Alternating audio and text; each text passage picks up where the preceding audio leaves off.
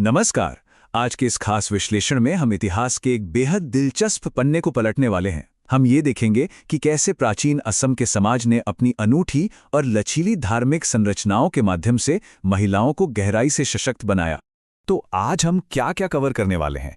शुरुआत करेंगे सृजन के गर्भ से, फिर देखेंगे कि कैसे पवित्रता और शक्ति की नई परिभाषा गढ़ी गई है। इसके बाद 10 महाविद्याओं के रहस्य, प्राचीन असम में महिलाओं की स्वतंत्रता और आखिर में इन सबको एक विद्वान के नजरिए से समझेंगे। चलिए सीधे शुरू करते हैं। तो आइए बात करते हैं हमारे पहले हिस्से की, सृजन का गर्भ। अब हिंदू पौराणिक कथाओं के मुताबिक जब देवी सती का भौतिक शरीर 51 अलग-अलग जगहों पर बिखरा तो उनका गर्भ यानी योनि ठीक इसी जगह पर आकर गिरी और यहीं से गुवाहाटी की नीलाचल पहाड़ी पर स्थित इस असाधारण जगह का जन्म हुआ। तांत्रिक साधनाओं का एक ऐसा केंद्र जो सचमुच एक रजस्वला देवी का जश्न मनाता है। जरा सोचिए ये कितनी अनूठी बात है। अब जरा इस फर्क को देखिए। आम रूढ़िवादी मंदिरों में आपको क्या मिलता है? पूजा के लिए एक गढ़ी हुई मूर्ति, राइट? लेकिन यहाँ कोई मूर्ति है ही नहीं।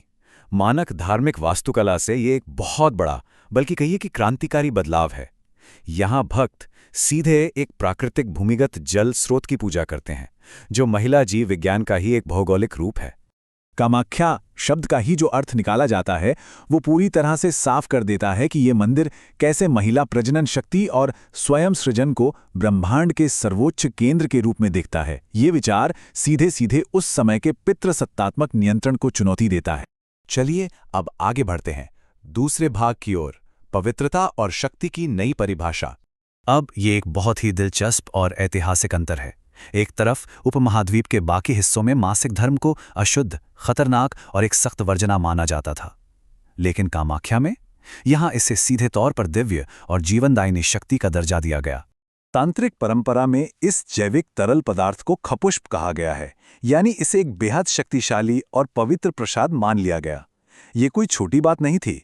एक जैविक प्रक्रिया को पवित्र प्रसाद बनाकर इन परंपराओं ने महिला शरीर से जुड़े उस पितृसत्तात्मक कलंक को सचमुच पूरी तरह से उलट कर रख दिया।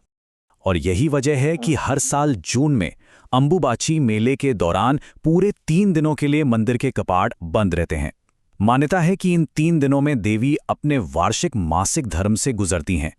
ये उत्सव न सिर्फ पारंपरिक शुद्धता की वर्जनाओं को तोड़ता है, बल्कि स्त्री शक्ति का एक विशाल वैश्विक जश्न मनाता है जिसमें लाखों लोग शामिल होते हैं।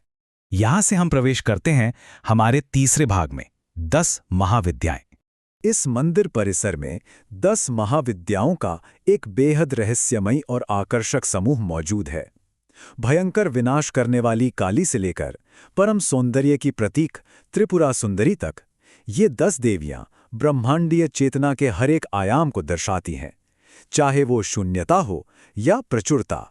जैसा कि कहा जाता है, एक ही सत्य को 10 अलग-अलग पहलुओं में महसूस किया जाता है।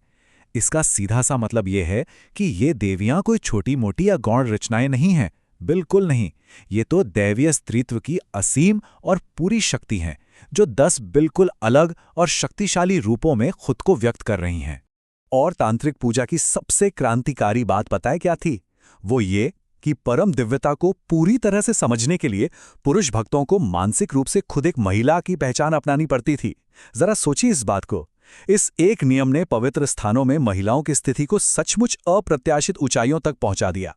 आइए अब देखते हैं हमारा चौथा भाग, प्राचीन असम में स्वतंत्रता।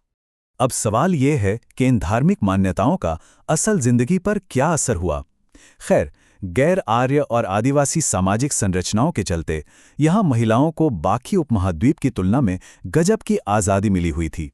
बेरोक-टोक आवाजाही, खेती में सीधी भागीदारी और यहाँ तक कि बुनकर या कुम्हार जैसे पेशे, इन सब ने उस समय के लैंगिक पदानुक्रमों को कड़ी टक्कर दी। और तो और स्थानीय तांत्रिक ग्रंथों ने महिलाओं की भूमिका को पूरी तरह से फिर से परिभाषित कर दिया। उन्हें पवित्र गुरु और इंसानों और देवताओं के बीच एक अहम संपर्ककर्ता का दर्जा दिया गया। मतलब अब वो धार्मिक नेतृत्व में पुरुषों के साथ कंधे से कंधा मिलाकर, बल्कि कई मायनों में उनसे भी ऊपर खड़ी थीं। अगर हम रूढ़िवादी क्षेत्रों और असम के इस पूर्व अहोम और अहोम समाज की तुलना करें तो तस्वीर एकदम साफ हो जाती है। एक तरफ सख्त जाति व्यवस्था और महिलाओं पर कड़े पहरे थे, और दूसरी तरफ असम की वो लचीली व्यवस्था थी जहां महिलाएं खुलेआम जमीन पर काम कर रही थीं। और ये सब मुमकिन हो पाया था काफी हद तक वहां के राजाओं के संरक्षण और उनके समावेशी दृष्टिकोण की वजह से।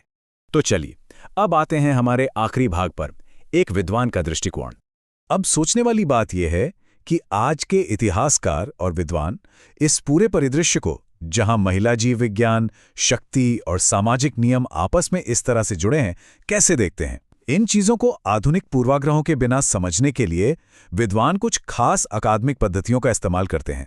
और यहीं काम आती हैं नारीवादी धर्मशास्त्र और हर्मेन्यूटिक्स, यानी व्याख्या शास्त्र की पद्धति।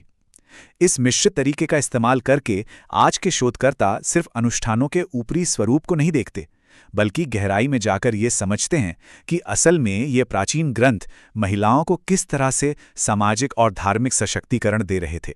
उदाहरण के लिए, नीलम काकती के इस शोध पत्र जैसे अकादमिक अध्ययन हमारे विश्लेषण को एक बहुत ही ठोस और तटस्थ आधार देते हैं। एक शोधकर्ता के नजरिए से जब हम देखते हैं तो बिल्कुल साफ हो जाता है कि कैसे इस खास इलाके ने मानक शुद्धता की उन तमाम वर्जनाओं को तोड़ दिया था और सशक्तिकरण का एक बिल्कुल नया रास्ता खोला था। विद्वानों का यह अवलोकन बहुत ही गहरा है कि मासिक धर्म एक ऐसा शक्तिशाली अनुभव है जिसे पितृसत्तात्मक समाज ने हमेशा धर्म या संस्कृति के नाम पर नियंत्रित करने की कोशिश की है। लेकिन कामाख्या की ये सदियों पुरानी परंपराएं हमें दिखाती हैं कि कैसे एक समाज ने इस जैविक वास्तविकता को नियंत्रण का नहीं बल्कि मुक्ति और शक्ति का साधन बना दिया। तो इस पूरी चर्चा के अंत में प्राचीन असम का ये शानदार इतिहास हमारे सामने एक बहुत ही अहम सवाल खड़ा कर देता है। प्राचीन असम का ये नारी स्वरूप का उत्सव जीव विज्ञान और अधिकारों को लेकर हमारी आज की आधुनिक धारणाओं को किस तरह चुनौती देता है। ये इतिहास सिर्फ बीते हुए कल की बात नहीं है, ये आज भी हमें अपने समाज की सीमाओं पर सवाल उठाने पर मजबूर करता है। सोचने वाली बात है ना। खैर, आज के इस विश्लेषण में हमारे साथ जुड़ने के लिए आपका बहुत बहुत शुक्रिया।